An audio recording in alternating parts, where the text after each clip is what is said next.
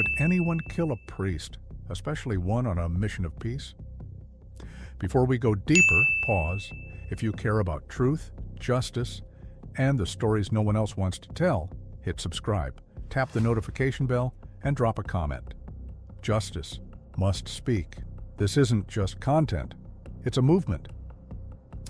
On a quiet Monday morning, April 8, 2024, a white Toyota Probox moved slowly along the winding roads of Kerio Valley. Inside sat Father Alois Bett, a well-loved Catholic priest from the Catholic Diocese of Eldoret.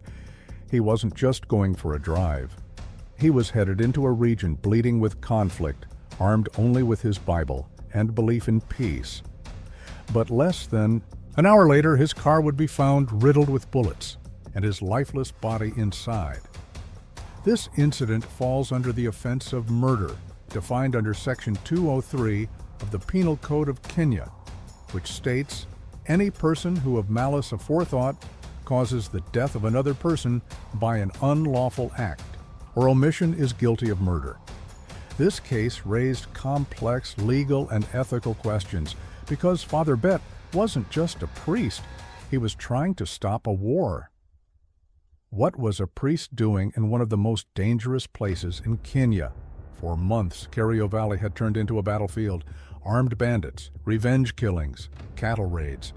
Dozens of innocent people had died, and children were growing up to the sounds of gunfire. But in the middle of all this madness, Father Bett chose to walk in, not with a gun, but with words.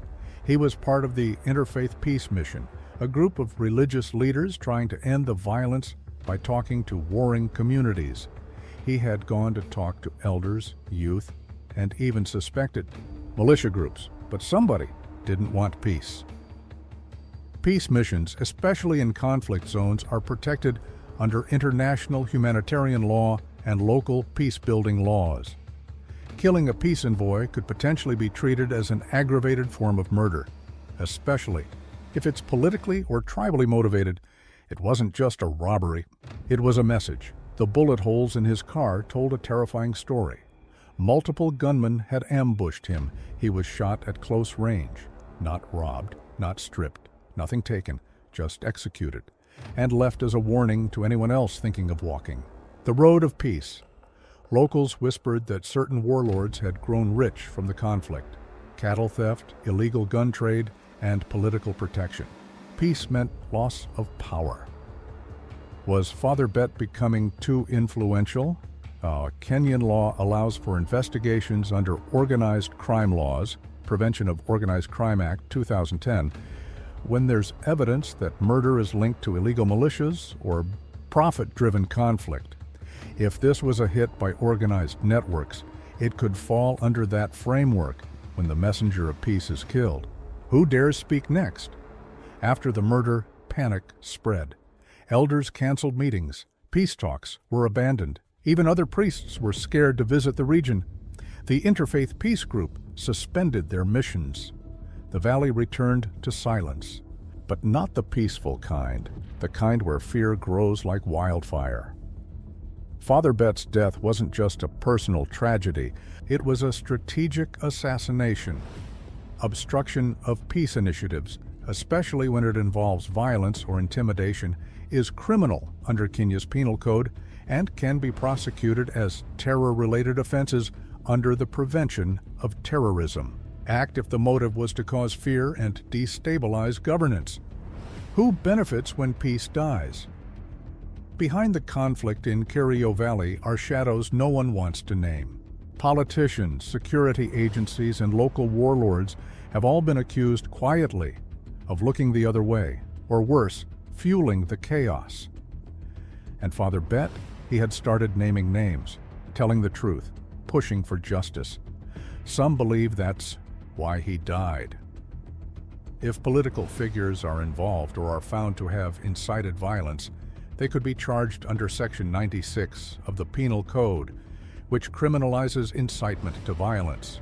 If public servants or politicians are found to have aided in the cover-up, they could also face charges under the Leadership and Integrity Act.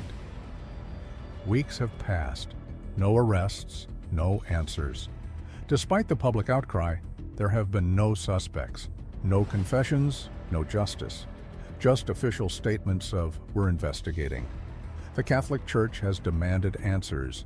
Human rights groups have called it state neglect, yet silence remains. Father Bett's death risks becoming just another cold case in a valley full of graves.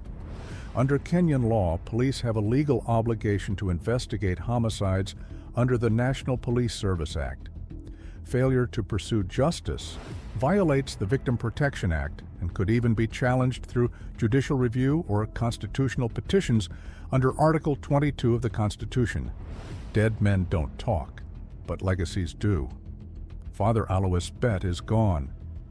But in Kerio Valley, some youths he once counseled now carry his dream forward. They hold small peace circles. Elders quote his sermons. Mothers whisper his name like a prayer. He believed peace was possible, even in the darkest places. And even though he died on that dusty road, his fight isn't over. Posthumous recognition of peace builders is a key part of transitional justice. Families of victims can demand inquests, truth commissions, or even state honors. His death could also trigger policy reforms on how the government protects religious and peace figures in conflict zones. What does it say about a nation when even peace becomes dangerous? Father Bett's story is a wake-up call for Kenya, for youth, for justice. It shows us that law doesn't just exist in books, it must walk with the people, protecting truth-tellers, shielding the vulnerable, punishing the powerful. When killers walk free and peacemakers die, the law itself is under attack. But his story reminds us, change starts with brave voices, even if the price is their life. Every Kenyan has a constitutional right to life, Article 26, freedom of expression, Article 33, and security. When those who stand for peace are targeted, the state's failure to protect them is a breach of constitutional duty. Legal reforms, public pressure, and strategic litigation may be the only path to real change. This has been Laws of the Land, where the law meets the streets and the truth finds a voice.